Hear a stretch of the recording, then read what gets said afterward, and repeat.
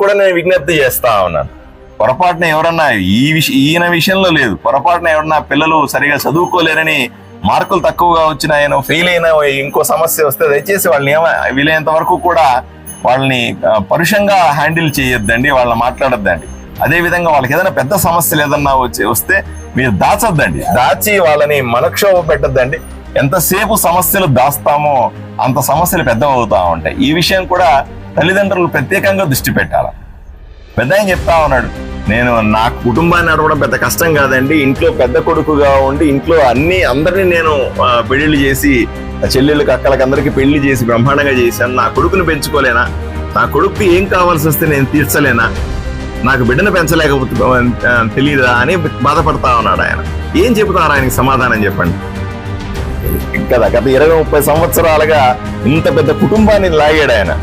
కుటుంబంలో అందరికీ పెళ్లిళ్ళు చేశాడు, అందరినీ చూసుకున్నాడు, కుటుంబానికి పెద్ద దిక్కుగా ఉన్నాడు.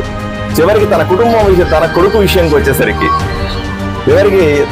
విషయంలోకి వచ్చేసరికి ఆయన కొడుకును పోగొట్టుకోవాల్సిన పరిస్థితి వచ్చింది. ఈ కష్టం ఎవరికి రాకూడదని నేను మనస్ఫూర్తిగా కోరుకుంటా ఉన్నాను. ఈ కష్టం ఏ తల్లిదండ్రికి ఉండకూడదు, ఈ కష్టం ఏ కుటుంబానికి ఉండకూడదు.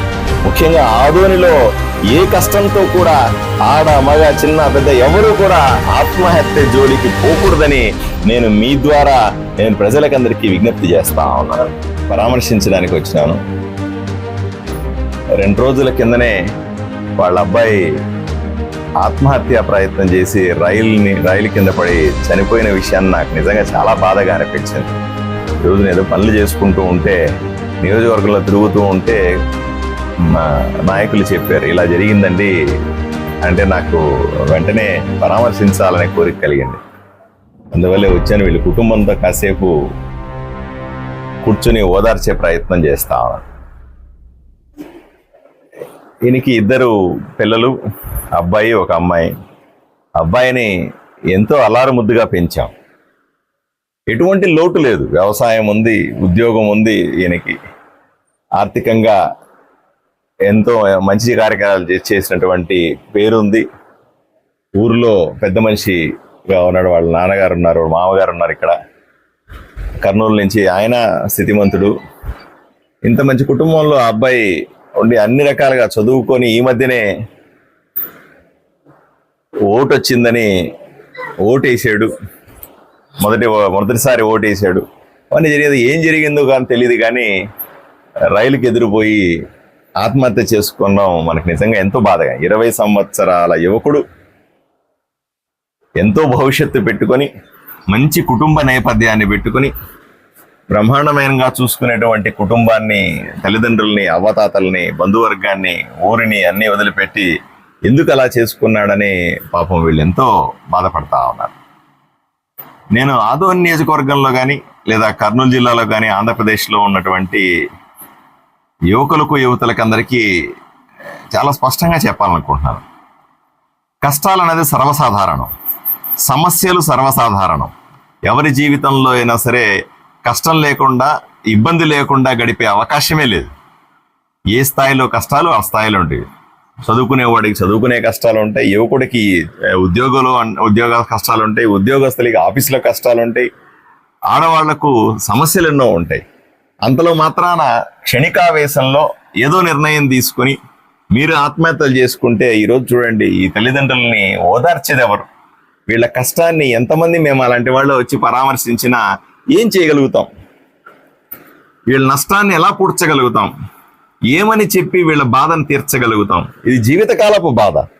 మంచి భవిష్యత్తు ఉన్నటువంటి అబ్బాయి అతను ఆత్మహత్య చేసుకొని, అతనే జీవితం లేకుండా చేసుకుని, వీళ్లకు ఎన్నో కళలతో 20 సంవత్సరాలు పెంచినటువంటి తల్లిదండ్రులు ఎన్నో ఆశపడి ఉంటారు. మా బిడ్డ పెరగాలి, ఇట్లా ఉండాలి, అలా ఉండాలి అని ఎన్నో రకాలుగా కలగని ఉంటారు, ఎన్నో రకాలుగా ప్లాన్లు వేసుకుని ఉంటారు, ఎన్నో రకాలుగా ఆలోచన చేసి ఉంటారు. వాళ్లకు చివరికి బాధని మిగిల్చి మీరు చేసేది ఏముంది ఆలోచన చేయండి. దీనివల్ల ఎవరికి ప్రయోజనం? దయచేసి నేను పిల్లలకందరికీ చెప్తా ఉన్నాను, యువతులైనా యువకులైనా, చదువుకున్న వాళ్ళైనా చదువుకోలేనా అందరికీ చెప్తా ఉన్నాను, దయచేసి క్షణికావేశంలో ఆత్మహత్య లాంటి నిర్ణయాలు తీసుకోవద్దు. ఇది కేవలం మీ క్షణికావేశంలో మీరు చేసే పని ఆ కుటుంబానికి, ఆ వంశానికి, ఆ ఊర్లో వాళ్ళకి, మాలాంటి వాళ్ళకి అందరికీ కూడా ఎంతో క్షోభను మిగులుస్తుంది అన్న విషయాన్ని తెలియజేస్తాం. ఏ సమస్య, ఈ తండ్రి చెప్తా ఉన్నాడు, ఏ సమస్య నా కొడుకుకున్నా సరే తీర్చగలిగే శక్తి నాకుందండి, చెప్పలేదు అంటున్నావు. ఇక్కడున్న విలేకరి చెప్తా ఉన్నాడు, ఈ మార్కులు తక్కువ వచ్చిన ఆయన ఏమైనా చేసుకున్నాడని మాకు సమాచారం ఉందండి, క్రికెట్ బెట్టింగ్ చేశాడేమో అని మాకు సమాచారం ఉందని విలేకరి చెప్తా ఉన్నాడు. అట్లాంటిది ఏదన్నా ఉంటే, మీకు మార్కులు ఎప్పుడు తక్కువ రాలేదండి, 80% మించిన మార్కులు ఉన్నాయని చెప్తున్నాడు తండ్రి. ఇక బెట్టింగ్లకు సంబంధించి మా దగ్గర ఏమి సమాచారం లేదండి, అట్లాంటిది ఏదైనా ఉంటే నేను చెప్తా ఉన్నాను. ఊర్లో ఎవరికైనా సరే, నేను వాళ్ళ తండ్రికి చెప్పాను, మీకు కూడా చెప్తా ఉన్నాను, ఈ ఊర్లో తల్లిదండ్రికి చెప్తా ఉన్నా, బెట్టింగ్లకు సంబంధించిన సమస్య వచ్చినా, ఎటువంటి చెడు అలవాట్లకు సంబంధించిన సమస్యలు వచ్చినా, పోలీసులకు సంబంధించిన సమస్యలు వచ్చినా, ఎవడన్నా మీరు ఏదైనా పొరపాటు చేశారని ఎవడన్నా మిమ్మల్ని బెదిరించడమో, బ్లాక్ మెయిల్ చేయడమో లాంటి సమస్యలు వచ్చినా, ఊర్లో ఏ చిన్న పెద్ద సమస్య వచ్చినా నా దగ్గరికి రండి, నేను డెఫినెట్ గా మీ సమస్యలను తీర్చి మీకు ఇబ్బంది లేకుండా చేసే బాధ్యత మనది. ఎమ్మెల్యేగా ఎన్నికైన తర్వాత ఈ ఊర్లో ఉన్నటువంటి 2,50,000 కుటుంబాలు నావే. ఈ 2,50,000 మంది బాగుంటేనే నేను ఎమ్మెల్యేగా నిజంగా సరైన పరిపాలన చేసినట్టుగా. ఎవరికి ఏ సమస్య వచ్చినా అన్నగా, తమ్ముడుగా, ఇంట్లో కుటుంబ సభ్యుడిగా తీర్చడానికి నేను సిద్ధంగా ఉన్నప్పుడు, మీరు ఎవరో బెదిరించారని, ఎవరో బెట్టింగ్లు కట్టారని, ఎక్కడో డబ్బులు పోగొట్టుకున్నారని, ఎవరో ఏదో చేశారని దయచేసి కుటుంబాలకు క్షోభ మిగిలించి మీరు ఆత్మహత్యలు చేసుకోవద్దు అని నేను మీ అందరి ద్వారా మీరు చేతులెత్తి విన్నవించుకుంటా ఉన్నాను.